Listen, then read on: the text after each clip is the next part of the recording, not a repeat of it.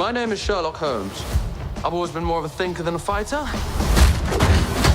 The Sherlock Syndrome. Why we never get bored of the great detective. The Genius Blueprint. In 2017, the world fell in love with a 9-year-old version of a character we already knew. Young Sheldon wasn't just a spin-off, it was a cultural phenomenon. Why? Because we wanted to see how a god-tier intellect is forged in the fires of a normal, messy world. Fast forward to 2026. Prime Video drops Young Sherlock, and the cycle repeats. It's an instant hit. But here's the million-dollar question. How does a character created in 1887, a man who wears a deerstalker and smokes a pipe, keep winning in the age of TikTok and AI? Why does every generation get the Sherlock they deserve? And why does this young Sheldon-esque origin story feel like the smartest move the franchise has ever made? Today, we're deconstructing the Sherlock Syndrome. It's elementary, but it's also a lot more complicated than you think. Part 1. The Sheldon Effect, Humanizing the Machine. The biggest risk with Sherlock Holmes is that he can be, well, a bit of a jerk.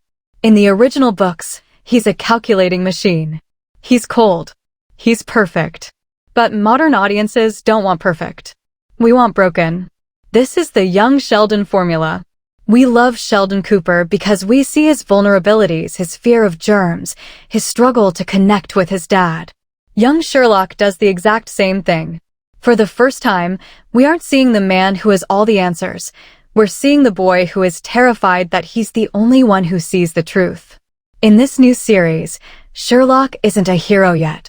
He's a nuisance. He's an Oxford student who can't keep a job because he keeps telling his bosses their wives are cheating on them based on the scent of their perfume.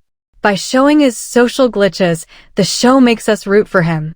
We aren't just watching a detective, we're watching a kid learn how to survive his own brain. That transition from awkward outsider to legendary genius is the most satisfying character arc in television history. Part 2. The Architecture of Clarity. Let's talk about why we need Sherlock in 2026. We are living in the era of the Great Confusion. Between AI deepfakes, misinformation, and the sheer volume of data we consume, our brains are fried. Sherlock Holmes is the antidote. He represents the fantasy of total objectivity. Every time a new movie or series comes out, it provides the same comfort, the idea that the world is a puzzle that can be solved. If you have enough logic, if you observe the trifles, the chaos disappears. The new series leans into this with incredible Sherlock vision. When Hero finds Tiffin looks at a crime scene, we see the world through his eyes, not as a mess, but as a map. In a world where we feel like we're losing control, Sherlock is the guy who says, "Don't worry, I've got the thread. Follow me." That sense of order is a drug, and we are all addicted to it. Part 3. The Moriarty Paradox, Friends to Enemies. Now, here's where the 2026 series really levels up. It takes the greatest villain in literature, James Moriarty, and makes him Sherlock's best friend. Every great Sherlock iteration lives or dies by its chemistry. Usually, it's Holmes and Watson. But by focusing on a young Holmes and Moriarty, the show explores a darker theme: intellectual loneliness. Think about it.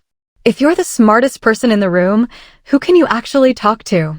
In this series, Moriarty is the only person who can keep up with Sherlock's brain. They aren't fighting yet. They're bonding over the fact that everyone else is boring. This adds a layer of tragic drama that we've never seen before. We, the audience, know that one day these two will be trying to kill each other at the Reichenbach Falls. Seeing them laugh together at 19? That's peak drama. It's the X-Men Eric and Charles's dynamic. And it's a masterclass in how to keep a 140-year-old franchise feeling dangerous and new. Part 4. The Chameleon Factor, Why He Never Fades. There's a reason Sherlock Holmes is in the Guinness World Records as the most portrayed human literary character. It's because he's a chameleon. In the 1940s, Basil Rathbone's Sherlock was a patriotic spy hunter. In the 2010s, Benedict Cumberbatch was a high-functioning sociopath with a smartphone. In 2026, Hero finds Tiffin is a Gen Z icon, struggling with mental health, family expectations, and an identity crisis. The writers of Young Sherlock realized that today's audience values emotional intelligence just as much as raw logic. They've given us a Sherlock who feels deeply, even if he doesn't know how to show it. He isn't just a detective, he's a reflection of our current obsession with origin stories and mental health.